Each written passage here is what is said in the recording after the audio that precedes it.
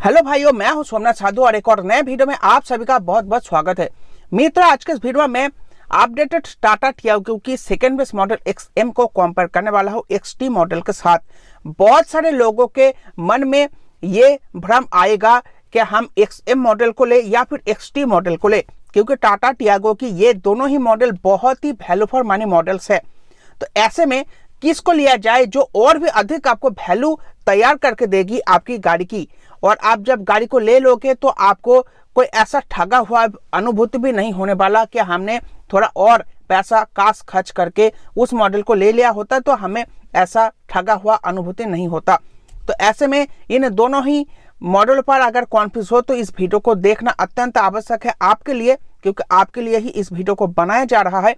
तो सबसे पहले प्राइसिंग की बात करें तो XM मॉडल की यहाँ पर एक्स-शोरूम कॉस्ट रहेगी 5.70 लाख रुपए और XT मिड मॉडल की रहेगी यहाँ पर 6.30 लाख रुपए। तो यहाँ पर आपको मोटा मोटा 60,000 रुपए का अंतर देखने में मिल जाएगा दोनों ही मॉडलों पे, यानी कि मिड मॉडल XT 60,000 रुपए आपको महंगी मिलेगी। तो 60,000 रुपए एक्स्ट्रा खर्च करके कंपनी आपको यहाँ पर क्या क्या फीचर प्रोवाइड कर रही है उसके बारे में जानकारी देता हूँ। तो यहाँ पर सबसे पहले जो अपग्रेड आपको देखने में मिलेगी, जो एक और विकल्प आपको यहाँ पर देखने में मिलेगी, अगर आप नगर वगैरह में गाड़ी ड्राइव करते हो, नगर में ही गाड़ी ड्राइव करते हो पूरा समय, तो यहाँ पर आपको AMT का विकल्प यहाँ पर कंपनी XT मॉडल पे मुहैया कराती है। तो XT मॉडल में आपको AMT का विकल्प मिल जाता है। उसके लिए आपको बेशक पैसा थोड़ा और खर्चा करना होगा, आपको 55,000 रुपए और एक्स्ट्रा खर्च करना होगा AMT मॉडल के लिए, परंतु आपको इसका विकल्प मिलता है XT मॉडल में ही। XM मॉडल में कंपनी देती नहीं है, यहाँ पर केवल मैनुअल गियर बॉक्स का ही विकल्प मिलता है। सेकेंड बेस मॉडल हो या फिर बेस मॉडल हो, दोनों में ही आपको केवल मैनुअल गियर बॉक्स का विकल्प मिलता है, AMT गियर बॉक्स का विकल्प मिलता नहीं है। तो ऐसे में XT मॉडल पर अगर आप जाते हो तो यहाँ पर AMT गियर बॉक्स का विकल्प आपके लिए खुल जाता है।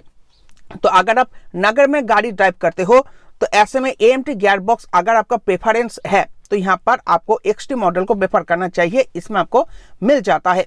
अब बात करते हैं दूसरी फीचर की, तो यहाँ पर अगर आप टच स्क्रीन चाहते हो अपने गाड़ी में या फिर किसी गंतव्य पर जा रहे हो जहां की रोड्स की लोकेशन आपको पता नहीं है, तो ऐसे में आपके गाड़ी में एक टच स्क्रीन होता अत्यंत आवश्यक है। टच स्क्रीन के उपयोग से आप मोबाइल से कनेक्ट करके उसमें मैप चला सकते हो। मैप के सहायता से आप उस जगह की जानकारी मैप में देख सकते हो, किस जगह से किस रास्तों से आपको जाना चाहिए। तो उसके लिए आपके गाड़ी में एक डिस्प्ले होना चाहिए, तो 7 इंच का एक डिस्प्ले हारमन सोर्स आपको यहाँ पर मिल जाता है। तो ये सुविधा आपको यहाँ पर मिलता है। उसके साथ साथ टच स्क्रीन है तो म्यूजिक तो आप सुन ही पाओगे, उसमें कोई समस्या नहीं है। आप फोन को यहाँ पर टच स्क्रीन के साथ जोड़ोगे तो उसके लिए आपको वायरलेस नहीं, वायर्ड एंड्रॉइड और एप्पल कारप्ले कनेक्टिविटी भी मिल जाता है। और गाने सुनने के लिए आपको चारों ही डोर्स पर 4 स्पीकर का सेटअप मिल जाता है, जो निचली वाली मॉडल में कंपनी XM में ऑफर कर नहीं रही थी। 2D म्यूजिक सिस्टम और 2 सामने के फ्रंट स्पीकर मिल रहा था, वहां पर टच स्क्रीन की सुविधा आपको मिल नहीं रही थी। तो ये एक बहुत बड़ा अपग्रेड आपको XT मॉडल पर कंपनी देने वाली है XM मॉडल के मुकाबले। अब बाहरी और की बात करें, बाहरी एक्सटीरियर बॉडी की बात करें तो वहां पर आपको 14 इंचेस की डुअल टोन आपको एलॉय व्हील्स जैसी दिखने वाली यहाँ पर व्हील कैप्स या फिर व्हील कवर्स देखने में मिल जाती है, जो बाहरी लुक से आपको पूरी की पूरी एलॉय व्हील्स जैसी फील दिलाती है। वो वाला आपको यहाँ पर व्हील कैप्स मिल जाती है। अलग से आपको जो है एलॉय व्हील्स लगवाने की खर्चा नहीं करना पड़ता। अब मिड मॉडल और यहाँ पर जो सेकंड बेस मॉडल है, दोनों में आपको 14 इंचेस का स्टैंडर्ड व्हील साइज मिलता है, परंतु व्हील कैप्स बदल जाता है। व्हील कैप्स आपको अलग मिलता है जो आपको एलॉय व्हील्स वाला अनुभूति दिलाती है।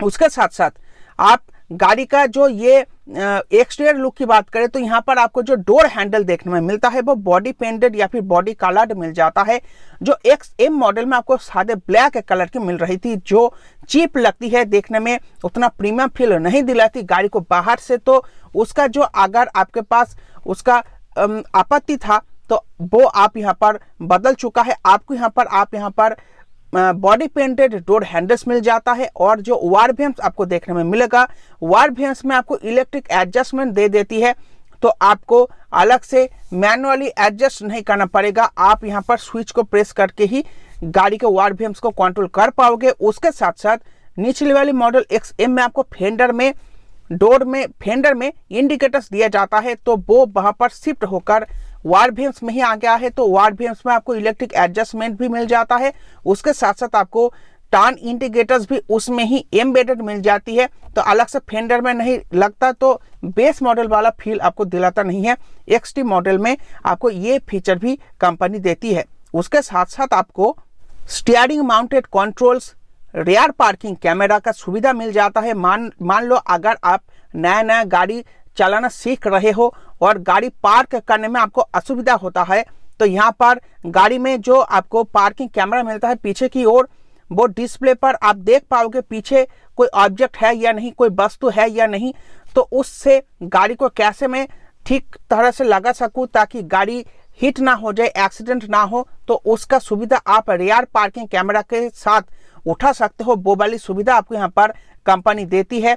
उसके साथ आपको जो steering mounted audio and calling controls मिल जाता है, उसके सहायता से आप इस टच स्क्रीन को यहाँ पर स्विच से उसको उपयोग कर सकते हो, उसको यूज कर सकते हो। उसके साथ साथ आपको कॉलिंग के कंट्रोल्स भी मिल जाता है। तो फोन जब आप कनेक्ट कर लेते हो टच स्क्रीन में, तो उसके बाद कोई अगर कॉल करता है तो उस कॉल को भी आप पिकअप कर सकते हो यहाँ पर स्टीयरिंग में दिए गए कंट्रोल्स के सहायता से। तो ये वाली एक सुविधा भी यहाँ पर जुड़ जाती है एक्सटी मॉडल में।